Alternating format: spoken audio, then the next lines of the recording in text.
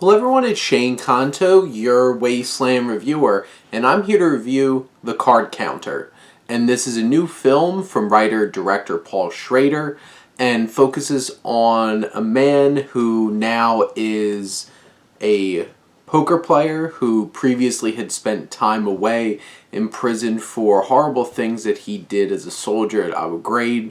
And his past is there to haunt him, and he has a future in front of him doing this poker game and connecting with this young man Kirk, who he has a connection to, and also the woman who leads his stable, played by Tiffany Haddish. And right at the center here we have Oscar Isaac, who is giving an intense and enigmatic and just enthralling performance in this film. It's really hard to not fixate on him in this film, and he feels so natural in the film, which the main reason why that sticks out so much is because there's definitely moments where some of the other actors don't feel so natural. There's definitely moments where the dialogue doesn't always live up to the rest of the film going on around it, and I feel like Oscar Isaac's able to do more with some of the iffy dialogue than some of the other actors in the film.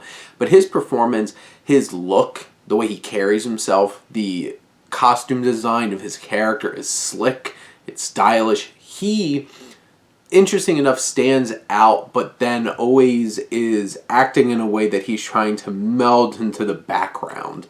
And there's definitely so much of Schrader's work, along with his cinematographer on the film, Alexander Dynan, who there's a lot of very intense zoom-ins, holding shots, how they shoot the poker games.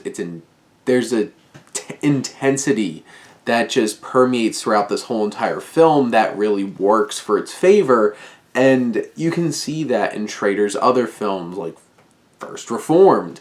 And there's these big top-over tracking shots, including one shot where Oscar Isaac's walking into the poker lounge and the camera kind of leaves him and he disappears into the crowd, and it just tracks over this whole entire place, and then he just casually just sits down and joins in on the action. There's a lot of great work in terms of filmmaking wise from Schrader. There's definitely moments in the film that feel a little slow and oddly lack the energy that a lot of the other scenes in the film has. But once this film kicks into gear, you're sucked in, and there's one particular scene that Isaac shares with his younger counterpart, Sheridan, and there's an intensity here, the way that it's shot, the performance from Oscar Isaac, and there's so much revealed in that scene that brings out a lot into the film narratively and thematically. And you have the performances from Tiffany Haddish and Sheridan, where neither of them do as well with some of the iffy dialogue in the film, and they kind of stick out at times. I think Tiffany Haddish's lack of pure dramatic roles and acting kind of shines through here. She feels a little stiff at times, and Sheridan feels a little doesn't always bring the same level of authenticity to some of the dialogue going on in the film. And there's some interactions between Haddish and Sheridan that are going back and forth that you're just just eye-rolling. There's interesting use of camera work in the film as well, with some of the flashbacks to the military scenes.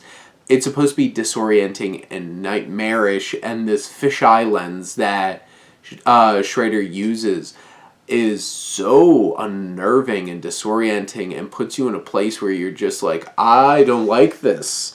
And you're supposed to feel that way, and the film's accomplishing that so well. This film is dark, it's brooding, it takes you in directions that you have no idea that this film was going to take you in, and it's shocking and impactful.